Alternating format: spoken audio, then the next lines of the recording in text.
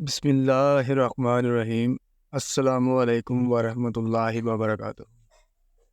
اہل سرسار کی ایک قوم جسے قوم سبا بھی کہا جاتا ہے، اللہ تعالیٰ کے بے شمار نعمتوں کے اندر زندگی گزار رہی تھی۔ یہ قوم ایک عظیم تہذیب و تمدن کی مالک تھی۔ حضرت داؤد علیہ السلام اور حضرت سلمان علیہ السلام کی باعظمت حکومتوں کے بعد ان کی حکومت زبان زد عام خاصوام تھی، یعنی کہ کہہ سکتے ہیں کہ بہت زیادہ مشہور تھی۔ کہا جاتا ہے کہ یہ لوگ گندم کے مغز سے آٹا پیس کر روٹیاں پکاتے تھے، لیکن اس سے برعکس وہ اس قدر اسراف کرنے والے اور ناشکرے تھے کہ انہی روٹیوں کے ساتھ بچوں کا پخانہ صاف کرتے تھے۔ بعد ازاں ان آلودہ روٹیوں کو اکٹھا کرنے سے ایک پہاڑ بن گیا تھا۔ پھر ایک سالہ شخص نے وہاں سے گزرتے ہوئے ایک عورت کو دیکھا جو روٹی کے ساتھ بچے کے پخانے کے مقام کو صاف کر رہی تھی۔ اس شخص نے عورت سے کہا، تیرے اور پر افسوس، خدا سے ڈر، کہیں ایسا نہ ہو کہ خدا تیرے اوپر اپنا غضب ڈھائے اور تجھ سے اپنی نعمتیں چھین لے۔ اس عورت نے جواب میں مذاق اڑایا اور مغرورانہ انداز میں کہا، جاؤ جاؤ، گویا کہ مجھے بھوک سے ڈرا رہے ہو۔ جب تک سرسار جاری ہے، مجھے بھوک سے کسی قسم کا کوئی خوف نہیں۔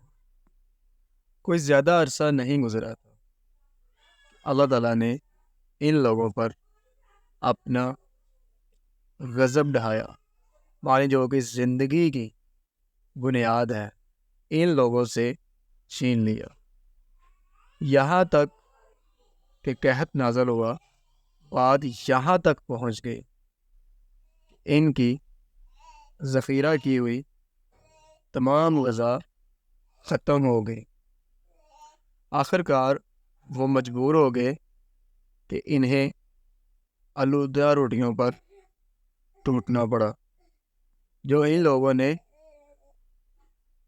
لوگوں نے اکٹھی کر کے پہاڑ کی مانند ڈھیر لگایا ہوا تھا، بلکہ وہاں سے روٹی لینے کے لیے صفیں لگتی تاکہ ہر کوئی وہاں سے اپنے حصے کی روٹی لے سکے۔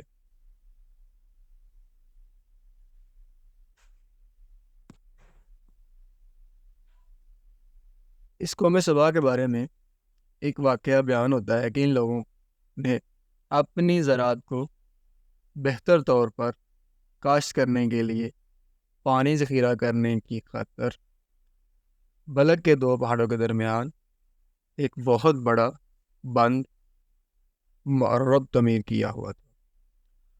سوراخ اور دوسرے پہاڑوں سے گزرا ہوا پانی اس بند میں آ کر وافر مقدار میں جمع ہو جاتا تھا۔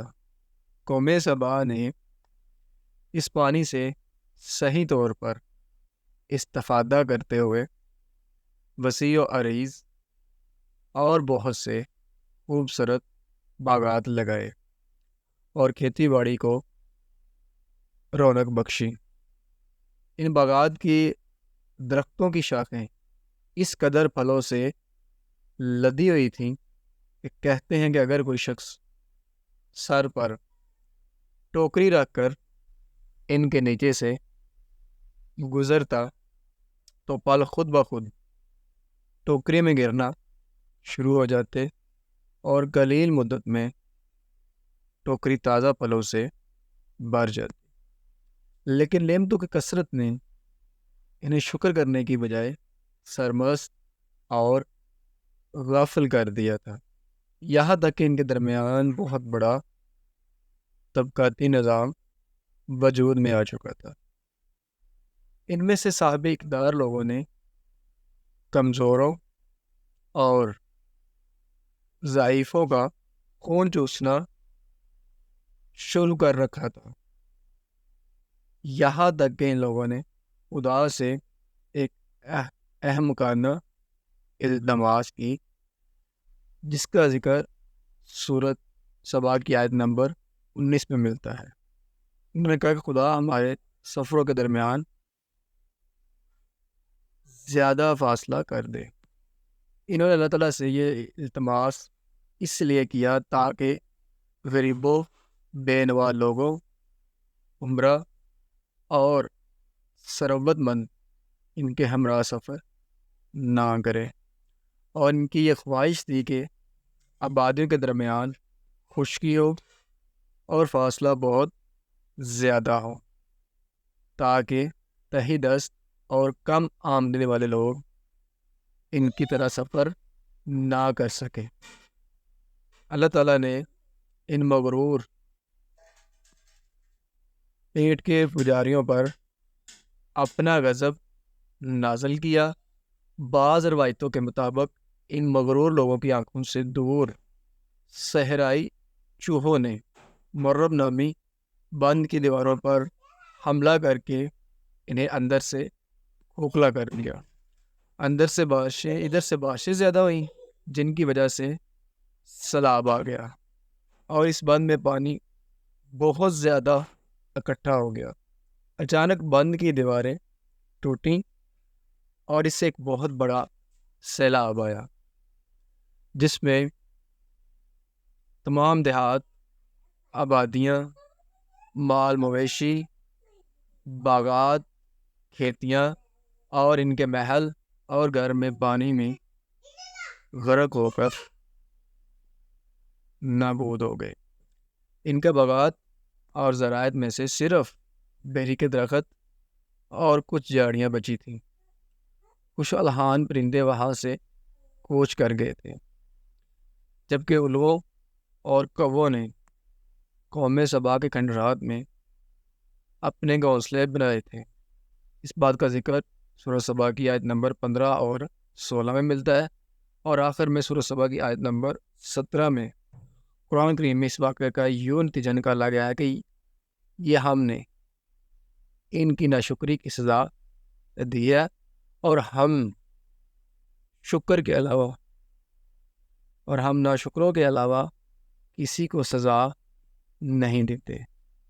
اللہ تعالیٰ ہمیں اپنے احکامات پر چلنے کی توفیق عطا فرمائے اور ہمیں اپنی نافرمانی سے بچائے۔ آمین ثم آمین برحمتک یا ارحم الراحمین۔ پیارے دوستو، کیسے لگی آج کی آپ کو کہانی؟ اپنی خواہشات کا اظہار کمنٹ سیکشن میں ضرور کیجیے۔